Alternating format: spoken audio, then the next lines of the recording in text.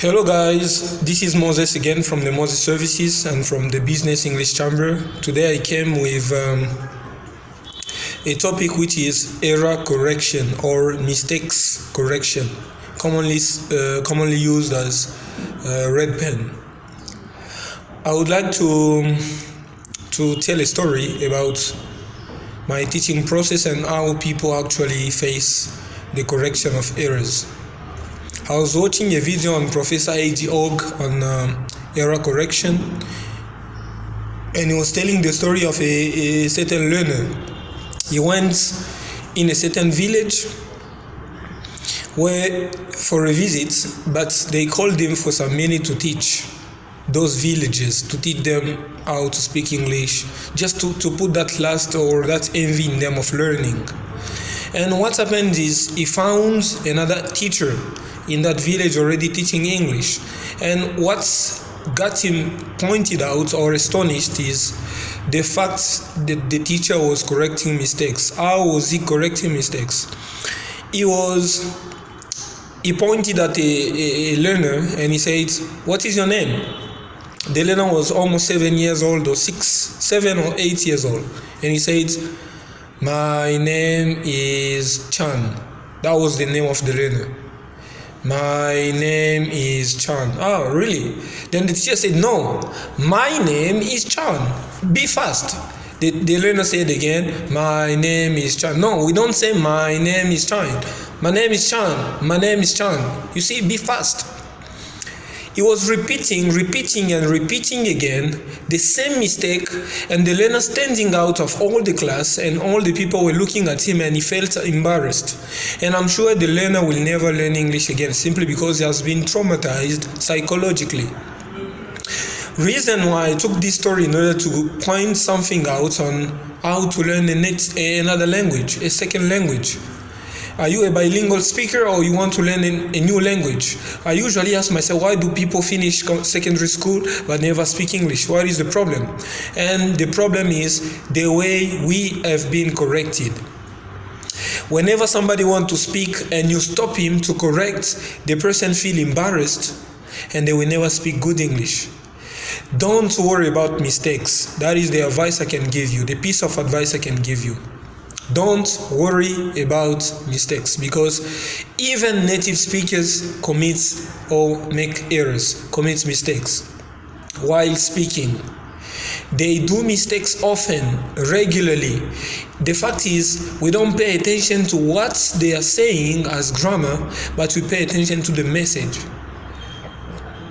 I can send you a video of Obama, Michelle Obama, Donald Trump, Joe Biden speaking but not respecting the rules of grammar. And I'm sure you will be astonished. You say, "No, they are native speakers. How can they make mistakes or commit errors?" It's absolutely normal. Language is not all about perfection. No one is perfect at language. Language increases, develops every single day, daily, and it should adapt to different changes of the language. But the fact of speaking, getting used to the language, one thinks he can speak however they want. But the fact is, any person can make mistakes, any person can commit errors, and it's absolutely normal. Please, never ask a person to correct your mistakes, saying, "Please, can you listen to me whenever we practice English or whenever we talk? Start catching my mistakes and telling me what I made so that I improve." No. And a scientific discovery has been found out, which means they put two classes.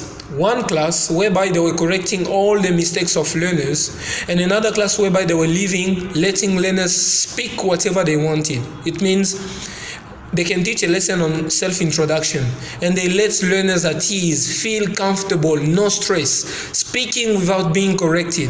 And in another class, the same lesson, but whenever a learner committed a mistake, they were correcting him on spot.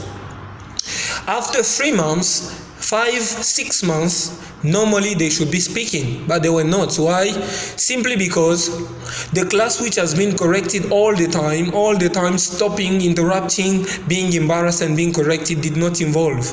They were not speaking good English simply because they were interrupted all the time. But the other class, where learners were free, no error correction, no mistakes correction, learners were speaking perfectly. It means not perfectly in a way like no mistakes. They were making a lot of mistakes, but the fact is they were speaking English anyway. The problem is they could communicate, but with mistakes. The other class, they could not even communicate, not even trying, simply because they were ashamed, fearful of committing mistakes. And it is a very, very blockage, stoppage, or impediment in language teaching. When you correct somebody's mistakes all the time, you push the person not to speak. When you're a perfectionist, you push people around you to avoid you.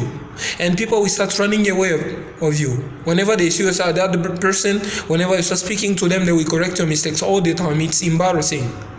Please never ask a person to correct your mistakes. Speak. As long as we can understand what you are saying, it's enough. As long as your message is well conveyed, it's enough. Don't worry about mistakes. Another proof to make you at ease, to make you feel that mistakes are natural, a survey has been made in America. They took some native speakers, 1 day, 2 days, 3, 1 week, every day from morning until evening, testing the number of mistakes that native speakers commit. And I can tell you that they found out that one person committed at least 100 mistakes per day. Imagine native speakers, native Americans committing 100 mistakes per day. Do you realize the mistakes they are making? Maybe which as non-native speakers we don't make. Making 100 mistakes and more. You see? It's not about perfection, but it's about learning and communication. Thank you so much. See you next time.